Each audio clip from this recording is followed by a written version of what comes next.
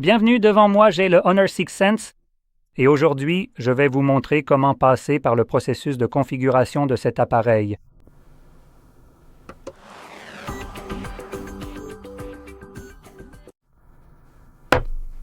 Pour commencer, lorsque vous l'allumez pour la toute première fois, vous devriez voir le même écran que celui affiché de mon côté.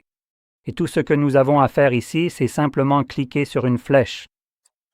Ensuite, nous avons la sélection de la langue, mais avant de choisir notre langue, en fait, choisissons d'abord notre langue, si vous le pouvez. Sélectionnez donc celle que vous souhaitez utiliser, puis nous pourrons parler de l'aide à la lecture. Ici, si vous avez une déficience visuelle, vous pouvez consulter les options limitées disponibles ici. Nous avons donc des fonctionnalités comme l'agrandissement, le réglage de la taille du texte, le texte à contraste élevé et les boutons à contraste élevé. C'est tout ce que nous avons tout au long du processus de configuration. Mais sachez que dans la section Accessibilité des paramètres, il y aura plus d'options que vous pourrez utiliser. Pour la configuration, cependant, vous devrez vous contenter de ces options limitées. Très bien, passons à la sélection de votre région maintenant.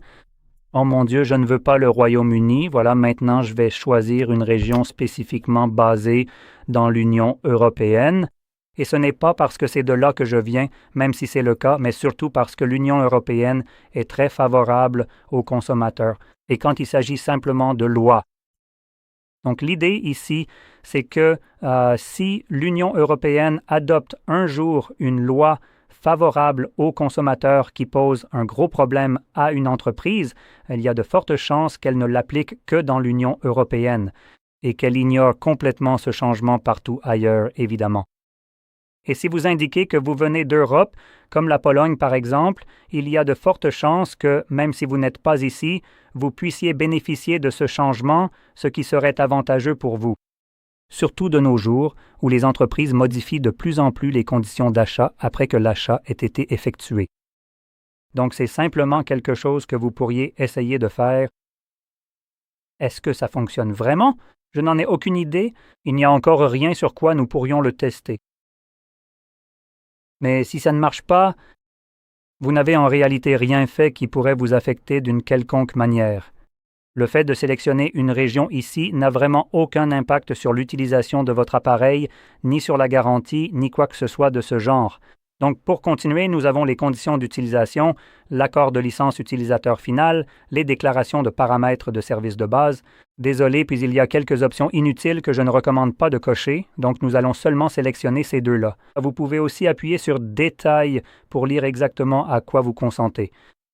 Ou vous pouvez faire comme tout le monde et ne jamais lire un seul mot des conditions d'utilisation, ce qui est très bien. Enfin, pas vraiment, mais soyons honnêtes, on a mieux à faire. Suivant, nous avons l'insertion de la carte SIM. Cette étape est complètement facultative. Vous n'avez pas besoin d'insérer de carte SIM ici. Vous pouvez simplement sélectionner « Continuer ». Si vous voulez le faire, ouvrez le compartiment en bas à droite, insérez votre carte SD et c'est bon. Si vous prévoyez d'ajouter une eSIM, par contre, il faudra activer le Wi-Fi et vous connecter à un réseau. Et ensuite, vous pourrez ajouter votre eSIM. Et voici la connexion réseau. Maintenant, cela s'affichera que vous ayez choisi Continuer ou eSIM. C'est juste pour ajouter une eSIM, vous devrez vous connecter à un réseau.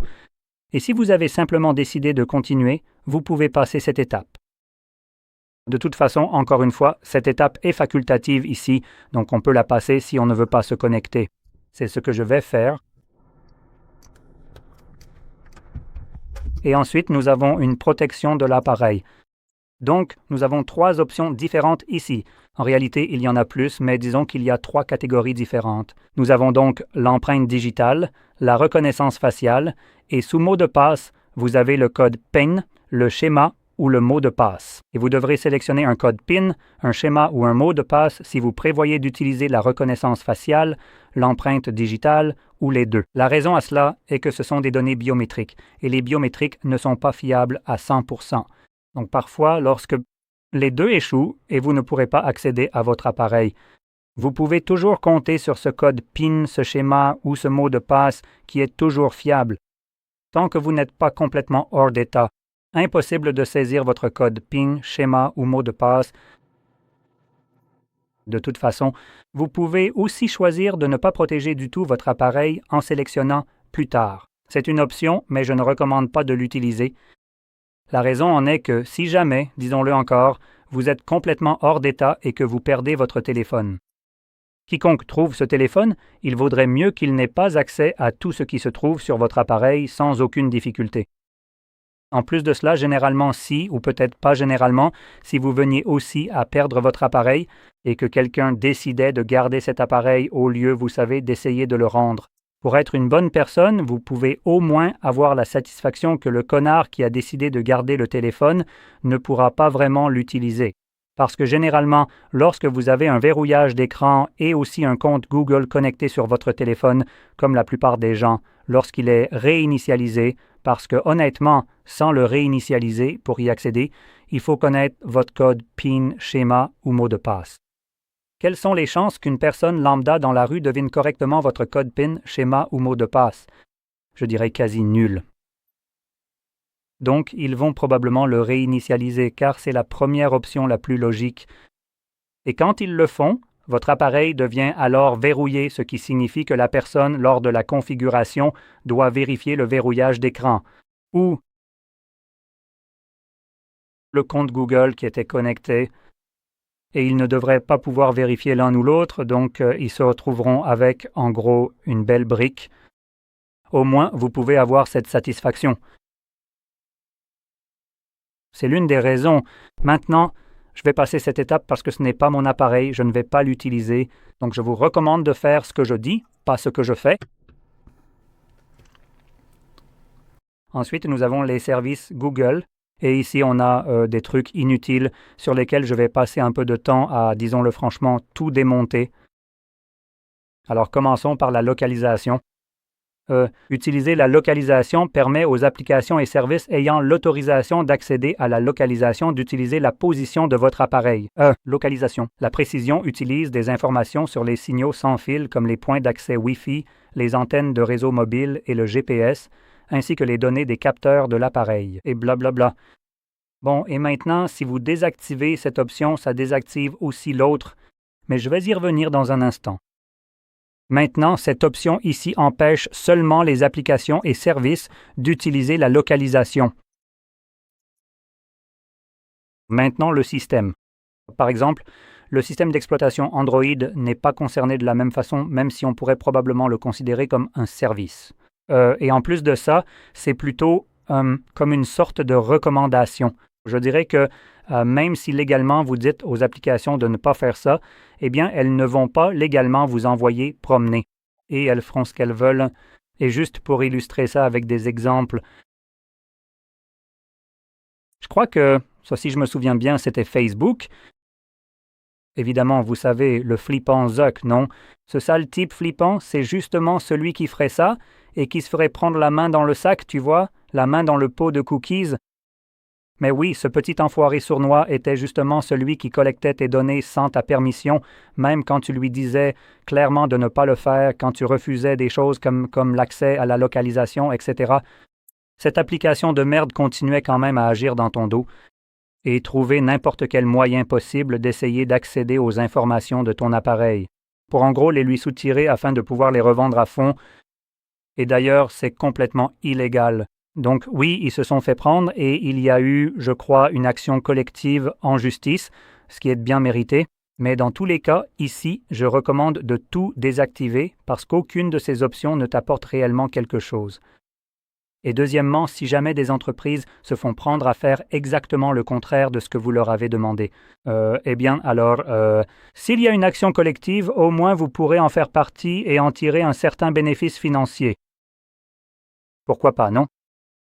Bref, ça c'est un point.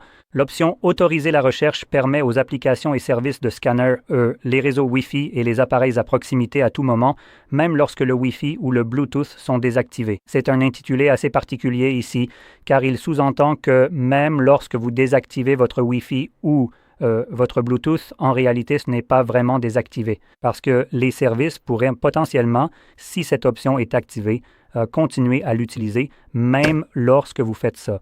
Juste pour le démontrer. Donc, vous prenez votre téléphone, vous allez ici. Voilà, Wi-Fi désactivé. Super, ouais, wow, je l'ai désactivé.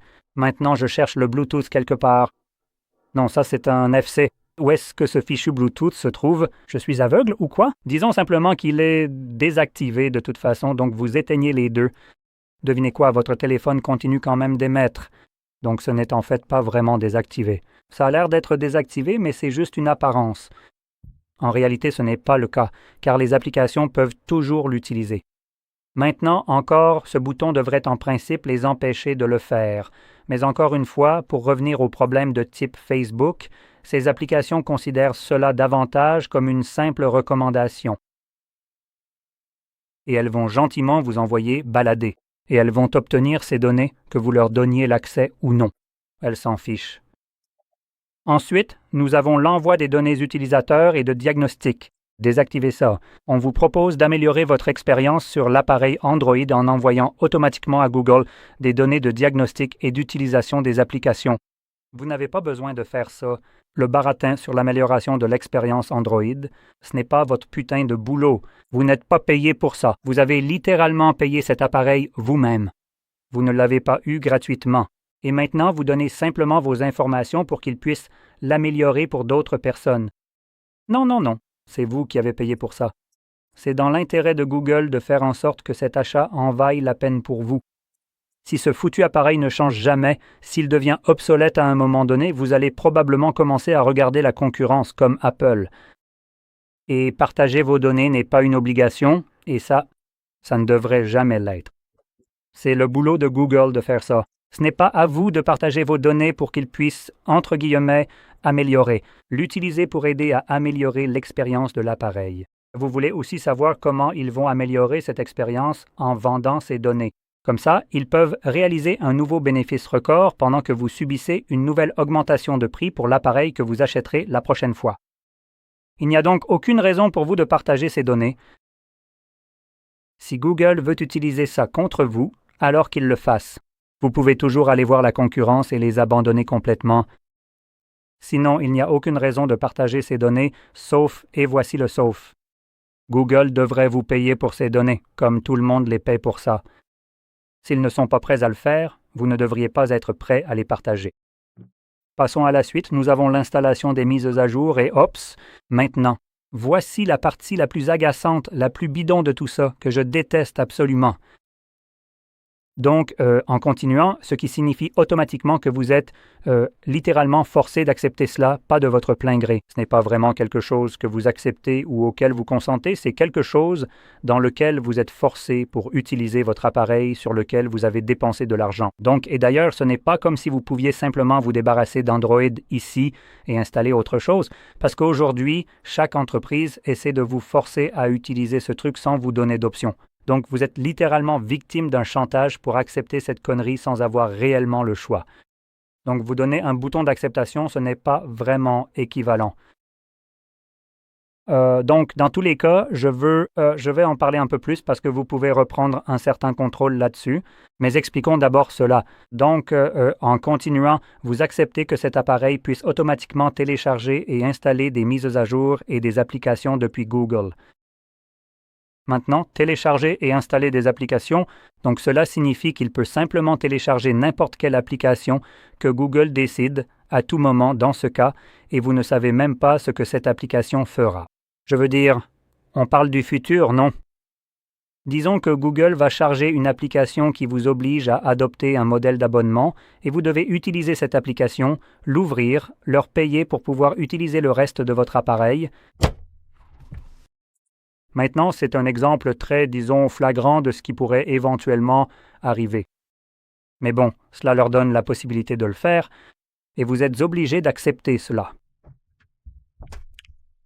Mais ça, c'est un point. Une autre chose, c'est l'installation de mises à jour et ce genre de choses. Maintenant, techniquement, vous pouvez désactiver l'installation des mises à jour pour Android, d'autres éléments et applications dans les paramètres. Mais ce n'est pas vraiment de cela qu'il s'agit ici. Ici, il s'agit de quelque chose qui n'est pas mentionné ici explicitement, à savoir les services de mise à jour OTA. Alors, si vous ne savez pas ce que c'est généralement voulu que vous n'en soyez pas conscient, car c'est un service qui fonctionne en arrière-plan sur votre appareil et qui permet à Google et aux entreprises d'installer directement tout ce qu'ils veulent sur votre appareil, sans votre permission, ni même que vous en soyez informé. Tant que vous avez une connexion Internet, cela sera envoyé sur votre appareil en arrière-plan sans même vous en avertir. C'est généralement comme ça que ça se passe. Vous utilisez une application un jour, puis vous vous réveillez le lendemain sans aucune notification ni mise à jour quelconque. Vos applications ne se mettent même pas à jour, mais cette application qui n'a soi-disant pas été mise à jour a maintenant une apparence différente. Alors comment se fait-il qu'une application change d'apparence et de comportement d'un jour à l'autre sans jamais recevoir de mise à jour? Les services de mise à jour OTA pour vous. Et cela a été de plus en plus utilisé dans des manières de plus en plus prédatrices récemment par les entreprises, donc je tiens à vous avertir à ce sujet car il y a quelque chose que vous pouvez faire à ce sujet. Ce n'est peut-être pas la meilleure solution, mais c'en est une sur laquelle vous avez le contrôle.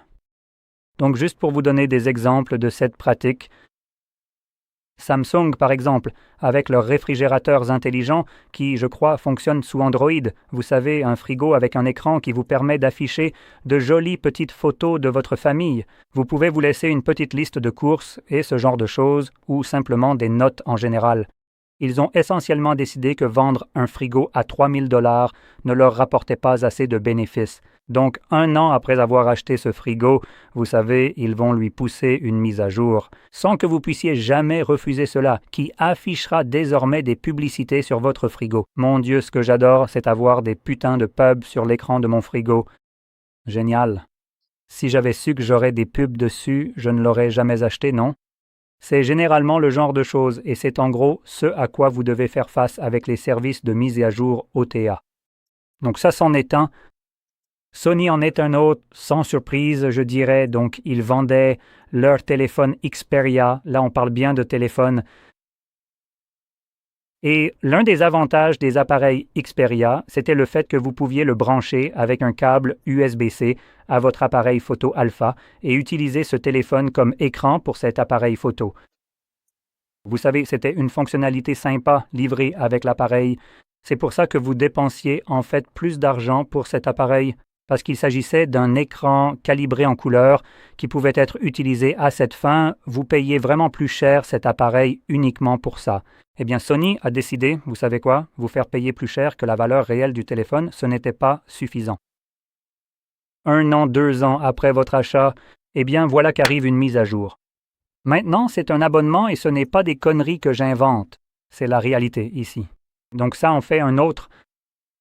Et récemment, Google eux-mêmes ont essayé de faire des magouilles ici, ce qui fait qu'à ce stade, je ne crois plus à ce qu'ils vont faire.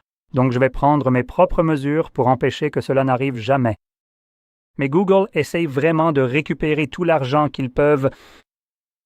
Ils ont fini de chercher de la monnaie sous les coussins du canapé. Maintenant, ils s'en prennent à tout le monde. Donc, ils essaient de vous empêcher d'installer des applications provenant de l'extérieur du Play Store sur votre appareil. Parce qu'à chaque fois qu'une application est téléchargée et installée en dehors du Play Store, cela signifie que Google n'a rien touché dessus, même si vous l'achetez ailleurs, ce qui est parfaitement normal. Alors maintenant, ils ont eu cette idée ingénieuse de vous protéger, et vous n'avez rien à dire si vous voulez ou non être protégé de cette manière. Ce n'est pas à vous de décider. Apparemment, c'est à Google de décider et vous ne pouvez pas être en désaccord avec cela. Donc, ils vont vous protéger des applications malveillantes, non pas en corrigeant leur Play Store, qui en contient aussi, mais en obligeant les développeurs à faire signer leurs applications pour que vous puissiez les installer sur votre appareil en dehors du Play Store. Donc, en gros, ils ne veulent pas s'occuper des applications, mais ils veulent quand même une part du gâteau de ces applications. Alors maintenant, ils forcent les gens, ou essaieront de forcer les gens, à faire signer leurs applications. Et dans ce cas, en procédant ainsi, le développeur d'une application doit payer une rançon à Google pour la faire signer. Et en plus de cela, il doit fournir ses informations personnelles pour une raison complètement débile, ce que je considère comme inacceptable. Il n'a pas développé l'application pour Google, il l'a développée pour d'autres personnes. Si je ne me sens pas en sécurité en l'installant, alors je ne suis pas obligé de le faire. La personne qui a créé une application ne devrait pas avoir à payer pour me permettre de l'installer et ne devrait pas avoir à donner ses informations personnelles. Bref, ce que vous pouvez faire, c'est tout simplement télécharger une application qui vous permet de voir les processus en arrière-plan, comme ce service de mise à jour OTA, et simplement la supprimer. Maintenant, elle est responsable de l'installation des correctifs de sécurité s'il y a la moindre vulnérabilité sur votre appareil sans que vous ayez jamais besoin de faire quoi que ce soit. Mais, pour être honnête, quand une entreprise peut changer les conditions d'achat après l'achat et faire ce qu'elle veut avec cet appareil à n'importe quel moment et que vous êtes obligé d'accepter, ça ressemble un peu à une vulnérabilité, vous ne trouvez pas? Je préfère prendre le risque avec des virus qui essaient de m'espionner, plutôt qu'avec une entreprise qui a la capacité de changer le fonctionnement de mon appareil à tout moment, à n'importe quel instant. Bref, après ce petit coup de gueule, passons à la suite. Et ensuite, on a un appareil où des données et la confidentialité, ce qui est assez ironique venant d'un appareil Honor qui tourne aussi sous Android. Donc, je vais simplement ignorer ça. Ensuite, nous avons les services améliorés. Alors, chers clients, Magic Quest propose toute une gamme de blabla. Vous savez quoi? Non, merci! C'est un peu comme Google qui essaye d'obtenir vos données pour pouvoir les monétiser. C'est la même chose ici. Gardez votre logiciel à jour. C'est à vous de voir. En gros, ce sont les mises à jour Android et ce genre de choses. C'est possible si vous voulez. Si vous ne les voulez pas, le bouton est caché juste ici dans le texte en bleu. Et nous allons sélectionner Ignorer. Et maintenant, ce sera une mise à jour manuelle. On vous dit aussi que nous avons maintenant un bouton IA. Qu'est-ce qu'il a d'IA? Qu'est-ce qu'il peut faire? Il peut faire ce que font les boutons normaux. C'est juste un bouton, il n'y a rien d'IA là-dedans. La fonctionnalité qu'il lance pourrait éventuellement être une IA, mais le bouton en lui-même ne l'est pas, et il n'y a rien que vous puissiez faire ici. Donc, on peut simplement sélectionner « Continuer » avec les boutons de navigation système par geste. Choisissez celle que vous voulez, style d'écran d'accueil. Nous avons Standard et nous avons Optro. Choisissez celle que vous préférez. Si vous ne connaissez pas la différence, Standard est celui où toutes vos applications sont sur l'écran d'accueil et il n'y a pas de tiroir d'application accessible en balayant vers le haut. Eh bien, le tiroir d'application cache soigneusement vos applications, la plupart d'entre elles, et dans ce tiroir d'applications, elles sont organisées par ordre alphabétique. Et voilà. Nous avons maintenant terminé la configuration. Donc, si vous avez trouvé cela très utile, n'oubliez pas de liker, de vous abonner et merci d'avoir regardé.